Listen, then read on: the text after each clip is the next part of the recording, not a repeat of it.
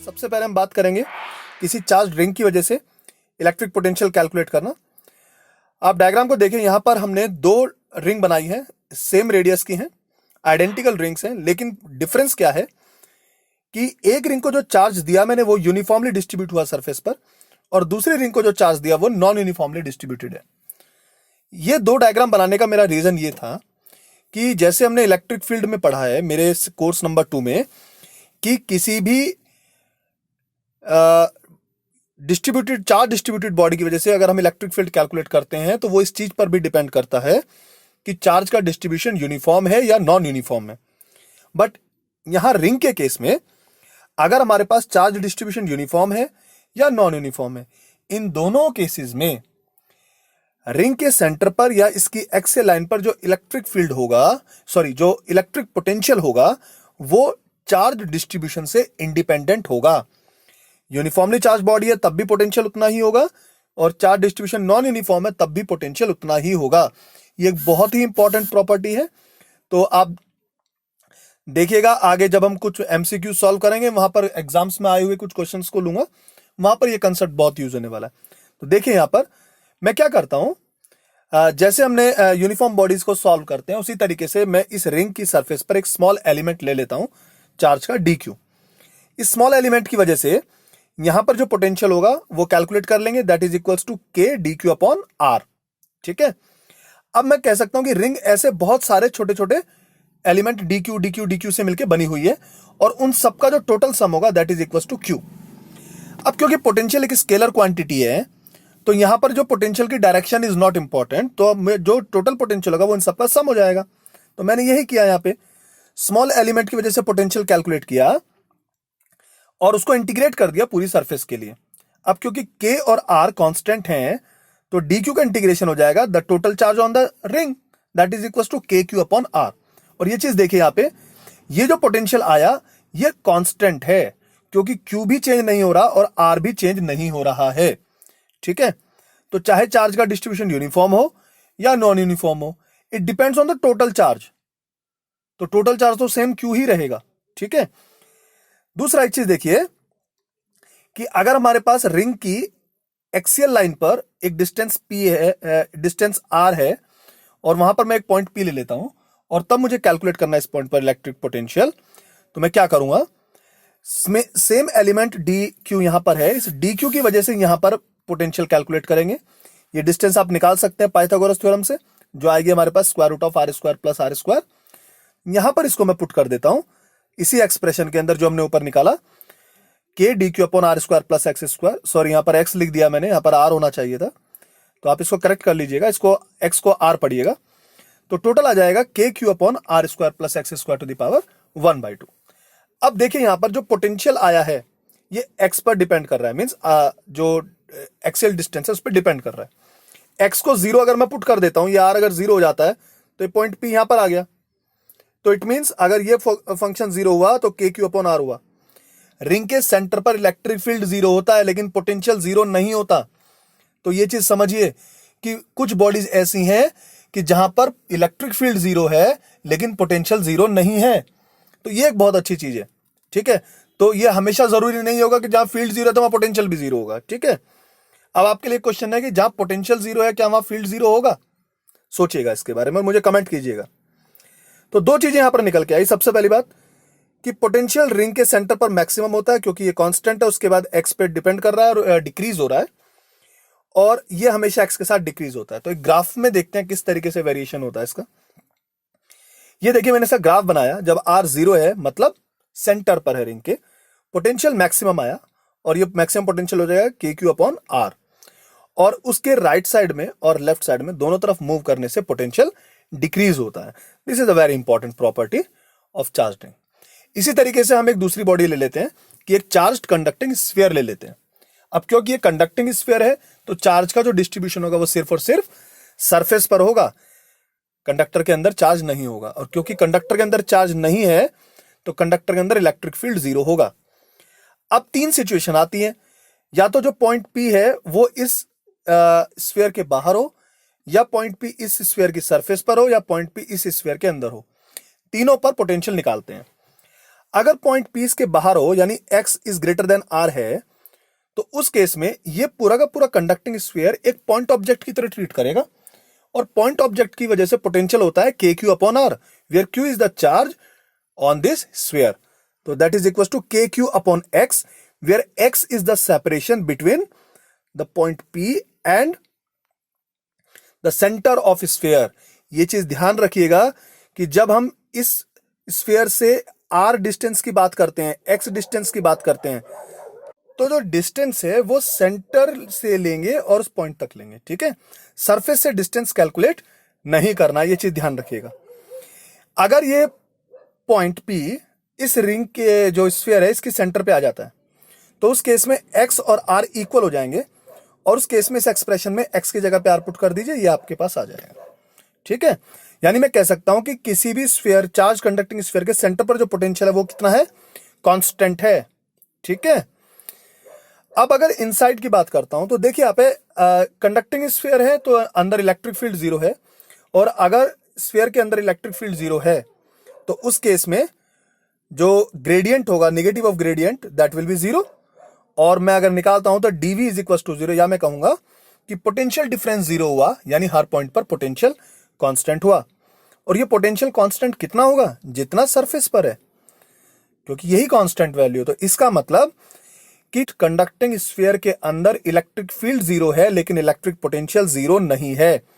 Outside point charge की तरह treat करेगा और सरफेस पर पोटेंशियल मैक्सिमम होगा. कंडक्टिंग स्फीयर के सरफेस पर और उसके अंदर पोटेंशियल सेम होता है. ठीक है, बात समझ में आया आपको? अगर मैं ग्राफिकली इसका बिहेवियर देखूं तो ग्राफ कुछ इस तरीके से बनेगा, सरफेस पर मैक्सिमम और उतना ही अंदर, और ये इसके बाहर जो होगा, क्योंकि ये 1/x पर डिपेंड कर रहा है, तो ये इस तरीके से ग्राफ डिक्रीजिंग वैल्यू शो करेगा.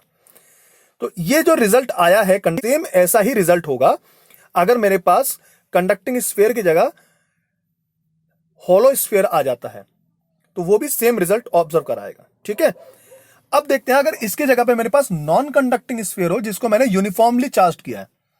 ठीक है, अगर मेरे पास uniformly charge non conducting sphere है तो हमारे पास इस तरह की सिचुएशन आ जाएगी, जैसा कि यहां पे इस डायग्राम में दिखाया. आउटसाइड अगर कैलकुलेट करता हूं तो same it will behave like a point charge, तो इक्वेशन आ जाएगी के क्यू अपॉन एक्स.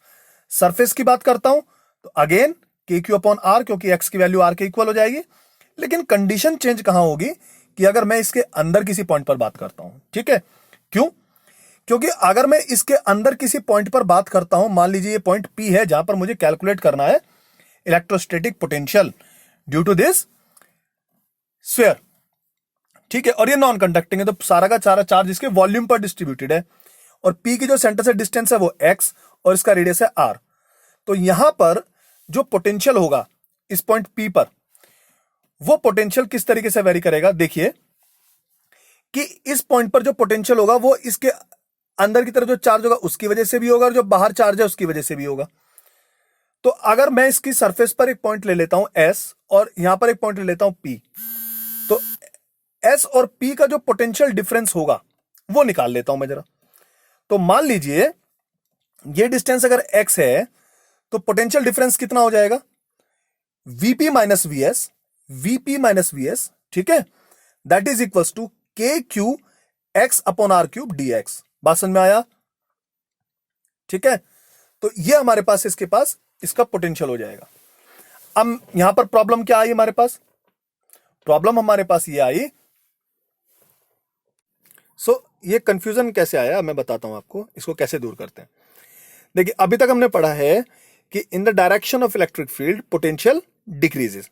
तो अगर मैं इस डायग्राम को देखता हूं, ठीक है, ये डायग्राम देखिए, यहां पे इलेक्ट्रिक फील्ड लाइंस इस तरीके से आउटवर्ड जाएंगी, तो ये पॉइंट पहले आएगा, ये पॉइंट बाद में आएगा. इसका मतलब इस पॉइंट पी पर जो पोटेंशियल होगा वो इस पॉइंट एस के रेस्पेक्ट में ज्यादा होगा. तो it means potential at P minus potential at S, that should be positive. ये हमेशा पॉजिटिव होना चाहिए. अब देखिए यहां पर इस एक्सप्रेशन में मैंने क्या किया है, तो potential at P minus potential S ये पॉजिटिव होगा. और ये क्या होता है, देखिए मैंने लेसन नंबर 4 में आपको एक्सप्लेन किया था पोटेंशियल और फील्ड में रिलेशन क्या होता है कि V is equals to minus E dot d r. तो इलेक्ट्रिक फील्ड कितना होता है इनसाइड, के क्यू अपॉन आर क्यूब. ठीक है, k q x upon r cube होता है.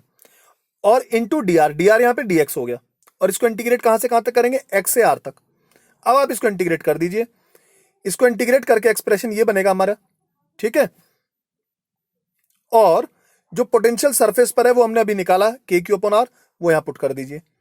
तो एक्सप्रेशन सॉल्व करने के बाद आपके पास आ जाएगा VP is equal to k q upon 2r³ 3r² minus x square. So अगर मैं x की वैल्यू 0 पुट कर देता हूं, यानी सेंटर पे ले आता हूं, तो उस केस में पोटेंशियल कितना हो जाएगा, 3kq अपॉन 2r, और kq upon r is the potential on surface, तो मैं लिख सकता हूं vc potential at centre of non conducting uniformly charge sphere is 3/2 of potential on surface. ठीक है, तो सेंटर पर पोटेंशियल 0 नहीं होगा, फील्ड 0 होता है। ठीक है, अब देखिए अगर इसका ग्राफ प्लॉट करता हूं तो ग्राफ कुछ इस तरीके से आता है, बहुत इंटरेस्टिंग ग्राफ है कि सेंटर पर पोटेंशियल सबसे ज्यादा, जैसे जैसे जैसे सरफेस पर आए पोटेंशियल के क्यू अपॉन आर, और उसके बाद रिड्यूस होता चला गया। ये एक इंटरेस्टिंग रिजल्ट है। ठीक है, तो नॉन कंडक्टिंग चार्ज स्फीयर के सेंटर पर पोटेंशियल मैक्सिमम होता है। ओके, अब हम कुछ एग्जांपल्स लेते हैं इसके बेसिस पर। ये फर्स्ट एग्जांपल है जिसमें कह रहा है कि हमारे पास दो कंसेंट्रिक स्फीयर्स हैं। ठीक है, जो एक का रेडियस है r और दूसरे का रेडियस है कैपिटल 2r। इनर वाले पर 1 माइक्रोकूलम का चार्ज है और आउटर वाले पर 2 माइक्रोकूलम का चार्ज है, और मुझे सेंटर से 3r डिस्टेंस पे एक पॉइंट P है, मुझे उस पर टोटल पोटेंशियल दिया हुआ है 9000 वोल्ट। तो हमें बताना है कि ये r की वैल्यू क्या होगी, यानी इनर सरफेस का जो रेडियस है और आउटर सरफेस का रेडियस है क्या होगा।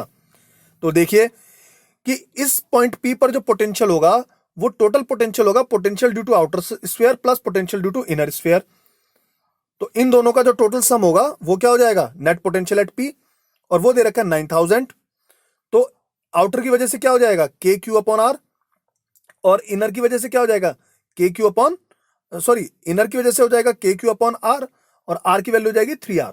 ठीक है, सेंटर से होता है डिस्टेंस, और आउटर की वजह से के into 2 microcoulomb upon 3r। Value put कीजिए, सॉल्व करने के बाद आपका r आ जाएगा 1 मीटर।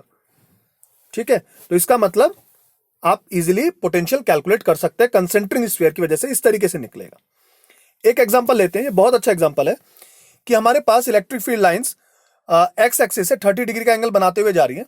ठीक है, और एक्स एक्सिस पर एक पॉइंट है ए और वाई एक्सिस पर एक पॉइंट है बी, जिनके कोऑर्डिनेट्स दे रखे हैं। इसके कोऑर्डिनेट 2 मीटर है और ये हमारे पास 4 मीटर है। तो हमें बताना है कि ए और बी के बीच का पोटेंशियल डिफरेंस कितना होगा अगर इलेक्ट्रिक फील्ड की वैल्यू कितनी है, 100 वोल्ट पर मीटर। तो दो तरीके से सॉल्व कर सकते हैं इसको। सबसे पहले वेक्टर फॉर्म लेते हैं। वेक्टर फॉर्म में क्या किया मैंने, ए के कोऑर्डिनेट ले लिए -2, 0, 0, बी के कोऑर्डिनेट लिए 0, 4, 0।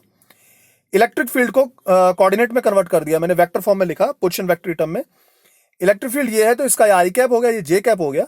तो टोटल इलेक्ट्रिक फील्ड बन गया हमारे पास 100 cos 30 I cap plus 100 sin 30 J cap, and after solving ये आएगा 50√3 आई कैप प्लस 50 जे कैप। ठीक है, पोटेंशियल डिफरेंस क्या होता है, वीबी minus V A, that is minus of E dot d are.